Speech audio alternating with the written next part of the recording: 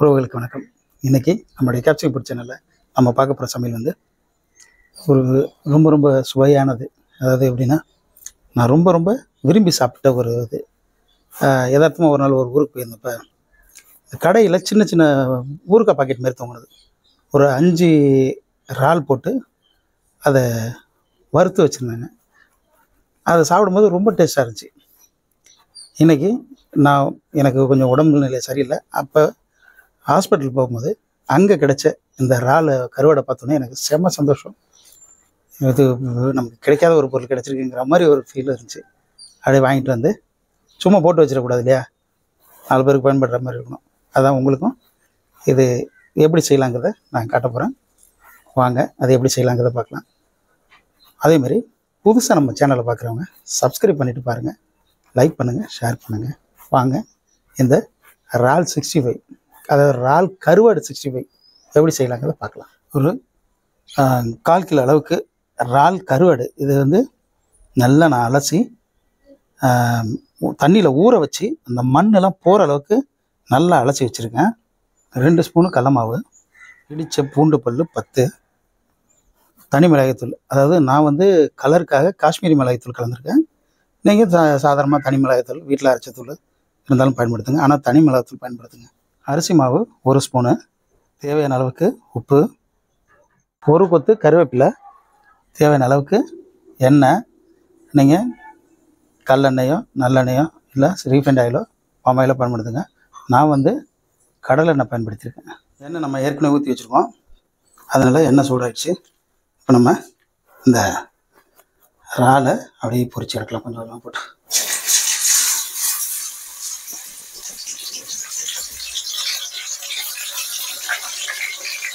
ரொம்ப தீ அதிகமாக வச்சுக்காதீங்க, கம்மியாக வச்சுக்கிட்டு பொரிச்சுருங்க. ரொம்ப ரொம்ப மனமாக சுவையாக நீங்கள் கண்டிப்பாக இந்த டேஸ்ட்டில் நீங்கள் சாப்பிட்ருக்கவே மாட்டீங்க. அப்படி ஒரு டேஸ்ட்டில் இருக்கும்.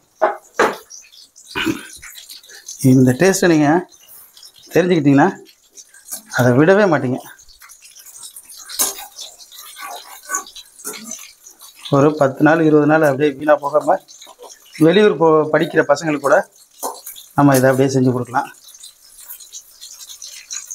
பசங்க ஹாஸ்டலில் தங்கி படிக்கிற பசங்களுக்கு நான்வெஜ் இல்லாமல் சில பசங்க சாப்பிடாது.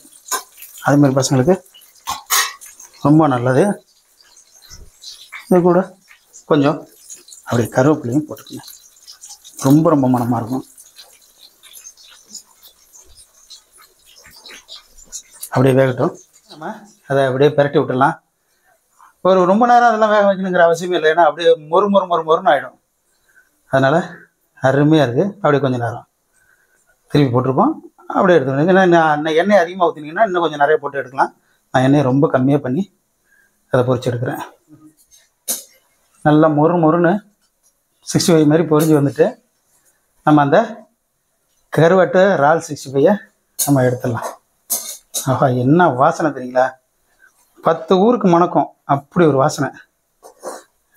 நீங்கள் உண்மையிலே இந்த டேஸ்ட்டில் சாப்பிட்ருக்க மாட்டீங்க, நான் அடித்து சொல்கிறேன். அவ்வளோ டேஸ்ட்டுங்க அது. ஒரு குண்டா சோறு அப்படியே சர்வ சாதாரணமாக சாப்பிட்லாம்.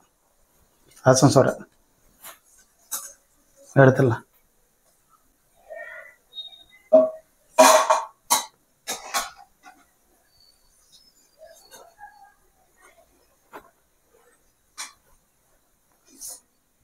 என்ன நல்லா சூடாயிடுச்சு. மறுபடியும் இருக்கிற எல்லாத்தையுமே அப்படியே இதே மாதிரி நம்ம போட்டு எடுத்துடலாம்.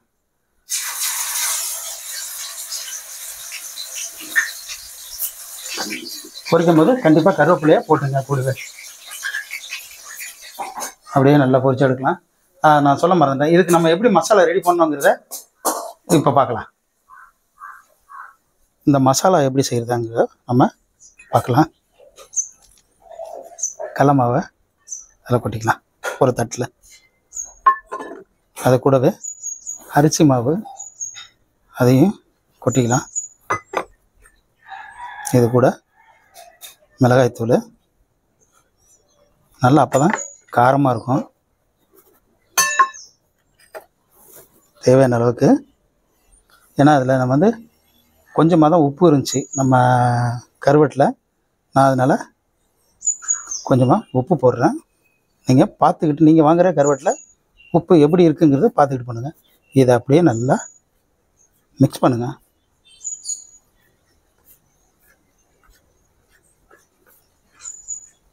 மாவு, மிளகாய்த்தூள், உப்பு எல்லாமே ஒன்றா நல்லா கலந்து விடணும் இல்லைங்களா?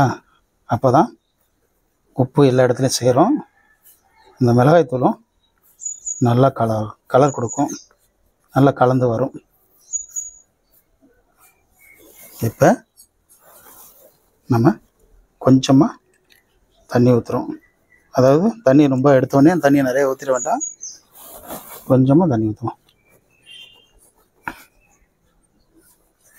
பாருங்கள், அந்த காஷ்மீரி மிளகாய்த்தூளை நான் கலர் பவுடர் போடல, காஷ்மீரி மிளகாய்த்தூள் தான் போட்டிருக்கேன். அது என்ன கலரில் வருது பாருங்கள்.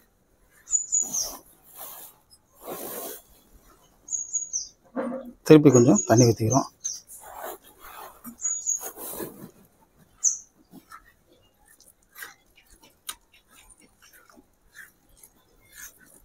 நல்லா அதை மாவை பிசைஞ்சிக்கணும். எல்லா இடத்துலையும் இருக்கிறது எல்லாத்தையும் ஒன்றா நல்லா சேர்த்து பிசைஞ்சிக்கணும், கட்டி இல்லாமல் பிசைஞ்சிங்க. இப்போ இந்த இடித்து வச்ச பூண்டை அதில் போட்டிக்கணும். பூண்டோட மனம் என்றைக்குமே அவ்வளோ சிறப்பாக இருக்கும்.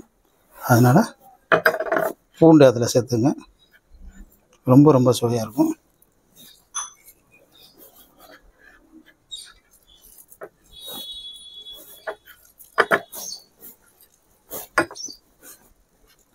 உங்களுக்கு பூண்டு வாசனை பிடிக்கலன்னா நீங்கள் அதை போட தேவையில்லை.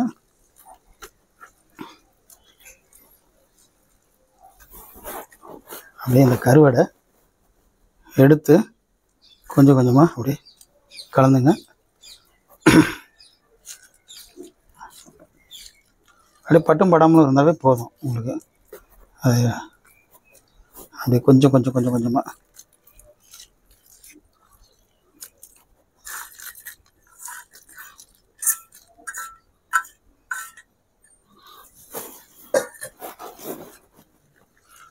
அப்படியே நல்லா கலந்து விட்டுருணும்.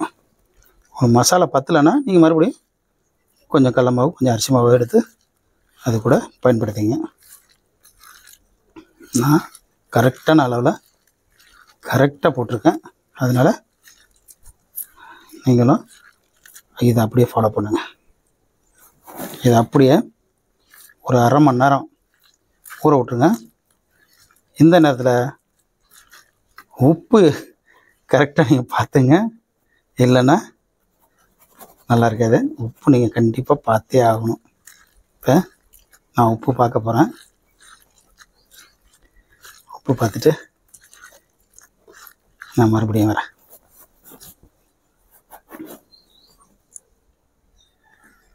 நாக்குல அன்னைக்கு பார்த்தா ஒரே புளிப்பு.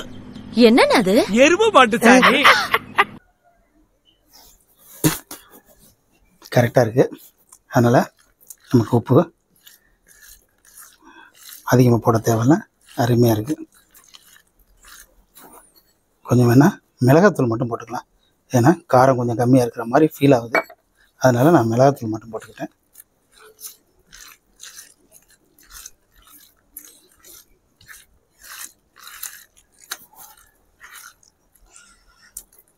அரை மணி நேரம் நீங்கள் அப்படியே அதை அப்படியே ஊற விட்டுருங்க.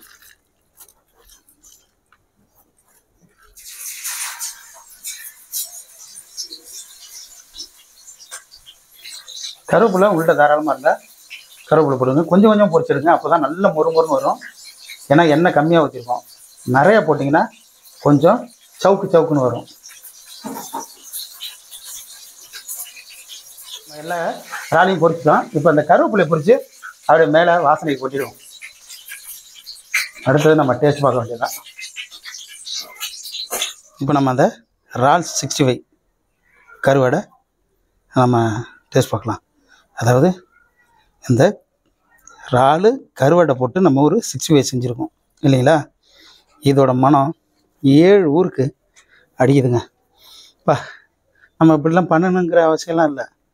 இந்த ஏரியாவே மணந்துருக்கும். அந்த அளவுக்கு அப்படியே சும்மா பாருங்க, அதோட சவுண்டை மட்டும் பாருங்கம்மா, அது என்ன மாதிரி மொறுமொறுன்னு இருக்குன்னு.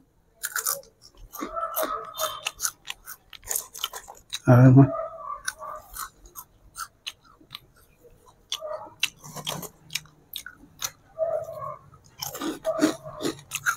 வா, அல்டிமேட்டுங்க. கொஞ்சம் சாரமா ஒரு குண்டான் பழைய தின்னலாம். ஒரு தட்டில் 2 தட்டு ரசம் சோறு சாப்பிட்லாம். தயிர் சோறுக்கு நம்ம சொல்லவே வேணாம்.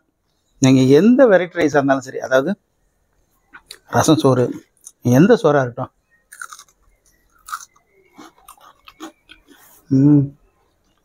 ஹாஸ்டலில் இருக்கிற பசங்களுக்கு இதுமாரி செஞ்சு கொடுத்துட்டோன்னா 1 மாதம் கூட வீணாக போக மாதிரி இருக்கும். அதுங்க வீட்டு ஞாபகமே வராது. நம்ம வீட்டை விட்டு வெளில வந்துட்டோமே அப்படிங்கிற அந்த எந்த ஒரு ஃபீலும் இருக்காது. ரொம்ப விரும்பி சாப்பிடுங்க. எல்லாருமே விரும்பி சாப்பிடுவாங்க. ஒரு தரமான அல்டிமேட்டான இறால் கருவாடு 65 நீங்களும் வீட்டில் செஞ்சு சாப்பிட்ற வீடியோ, சமைக்கிற வீடியோ, நல்ல கண்டென்ட் உள்ள வீடியோ பார்க்கணுன்னா நம்ம கேப்சிகம் சேனலை தொடர்ந்து பாருங்கள். சப்ஸ்கிரைப் பண்ணுங்கள், லைக் பண்ணுங்கள், ஷேர் பண்ணுங்கள். தொடர்ந்து எனக்கு ஆதரவு கொடுங்க. உங்களுடைய ஆதரவு தான் நான் அதாவது அடுத்த ஒரு கட்டத்துக்கு போகவே முடியும்.